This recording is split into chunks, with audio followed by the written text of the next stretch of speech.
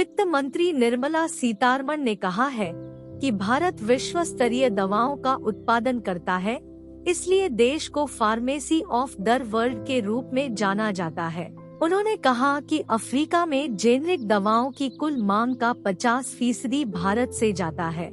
इतना ही नहीं, अमेरिका की जरूरत की 40% और यूके की 25% जेनरिक दवाओं की आपूर्ति भारत करता है। भारत दुनिया की कुल वैक्सीन का 60% और विश्व स्वास्थ्य संगठन के अनिवार्य टीकाकरण अभियान में लगने वाली कुल वैक्सीन का 70% उत्पादन करता है।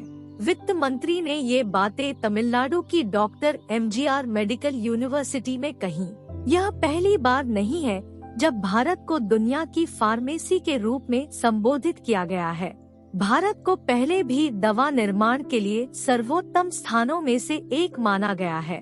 भारत का ट्रैक रिकॉर्ड इस मामले में काफी बेहतर रहा है। आज हम यही जानने की कोशिश करेंगे कि आखिर भारत को क्यों फार्मेसी ऑफ वर्ल्ड माना जाता है।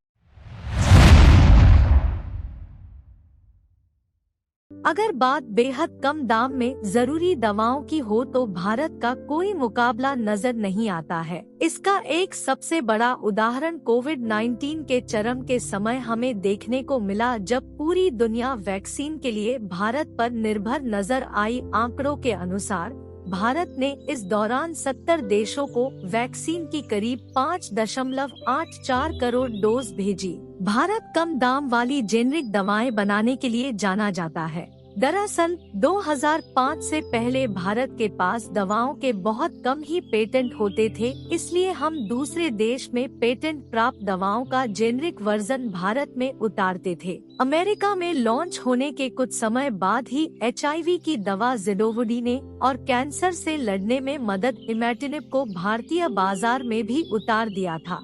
भारत के पास दवा मैन्युफैक्चरिंग की जबरदस्त सुविधाएं हैं। इसके साथ ही स्किल्ड लेबर है जो कि कम वेतन पर उपलब्ध है। 1999 में विश्व स्वास्थ्य संगठन ने कहा कि अफ्रीका में मौत का सबसे बड़ा कारण HIV एड्स है। इसके बाद पेटेंट प्राप्त दुनिया भर की कंपनियों ने वहां एंटाइरेट्रोवायरल को वहां $10,000 में बेचना शुरू कर दिया। इससे अधिकांश लोगों की पहुंच से ही ये दवा दूर हो गई। इसके बाद भारत ने वही दवा कीमत में 99.99% की कटौती के साथ वहां भेजना शुरू किया। भारत अभी HIV की सस्ती दवा का सबसे बड़ा सप्लायर है। केवल दवाएं ही नहीं, वैक्सीन के मामले में भी इसी तरह मदद के लिए आगे आया है। हेपेटाइटिस B की वैक्सीन को जब आसमानी दामों पर बेचा जा रहा था, तब भारत ने हस्तक्षेप किया और दुनिया को अफोर्डेबल वैक्सीन मुहैया कराई।